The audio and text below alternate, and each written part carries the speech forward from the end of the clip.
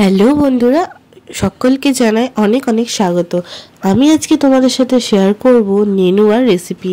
সেটাকে আমি কিভাবে বানাই। প্রথমেই দিয়ে দিলাম কড়াইয়ে সরষের তেল আর পাঁচফোড়ন, আর কুচো করে কেটে রাখা আলু, সেটাকেও লাল করে ভেজে নেব। এটাকে অনেকে তুরাইও বলে থাকে। তো নেনুয়াটা অনেকের খুব একটা পছন্দ হয় না, কিন্তু এইভাবে রান্না করে দেখবে, খেতে নিশ্চয়ই ভালো লাগবে।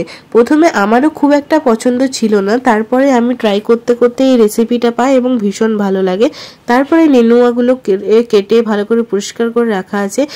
আলুটা একটু ভাজা ভাজা হলে এর মধ্যে নেনুয়াগুলো দিয়ে দেবো। এই রেসিপিটা অত্যন্ত সহজ, কয়েকটি উপকরণে নিরামিষের দিনেও তোমরা বানাতে পারো। ভাত, রুটি, পরোটা যে কিছুর সাথে এটা খাওয়া যায়। আর এইটা এই সময় তো খুব পাওয়া যায়, তাই না?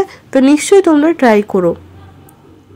বন্ধুরা, আমি চেষ্টা করি যতটা সম্ভব সহজ করে রেসিপিগুলো তুলে ধরার, তাই বন্ধুদের সাথে নিশ্চয়ই শেয়ার করো এবং চ্যানেলটাকে সাবস্ক্রাইব করে যেও।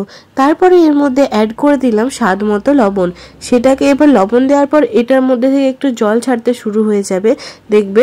তারপরে এটাকে বেশ তার আগেই ভালো করে ভেজে নিতে হবে। তারপরে নুনটা অ্যাড করবে। তো নাড়তে চাড়তে এবার ভেজে নেব। এরপরে আমরা এর মধ্যে অ্যাড করে দেবো হলুদ গুঁড়ো। তারপর ভালোভাবে আবারও কষিয়ে নেব। পুরো রান্নাটাকে ভালো করে কষাতে হবে। নেনুয়ার মধ্যে যদি যারা ঝাল পছন্দ করো তারা একটু বেশি ঝাল দেবে, কারণ নেনুয়াটা একটু ঝাল ঝাল খেতে খুব ভালো লাগে। তারপরে এর মধ্যে দেখো ছোলার ডালকে আমি ভিজিয়ে রেখেছিলাম 2 ঘন্টার কাছাকাছি। তারপরে এখানে জল ঝরিয়ে এর মধ্যে ছোলার ডাল দিয়ে দিলাম।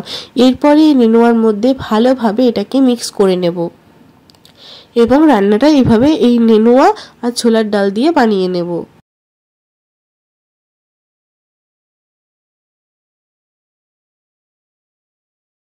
বেশ কিছুক্ষণ ভালোভাবে কষিয়ে নেওয়ার পর এর মধ্যে আমরা অ্যাড করে দেবো জিরে গুঁড়ো, আর দিয়ে দেবো আদা ও লঙ্কা বাটা।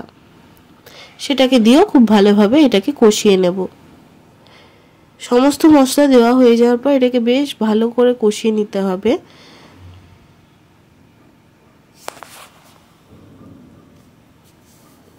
তোমরা চাইলে আমার চ্যানেলে আরও অনেক রেসিপি রয়েছে, সেগুলো তোমরা দেখতে পারো। তাছাড়া আমি অনেক শর্টস ভিডিও আপলোড করি, তো সেগুলো তোমরা দেখে নিতে পারো। আশা করি খুব ভালো লাগবে তোমাদের।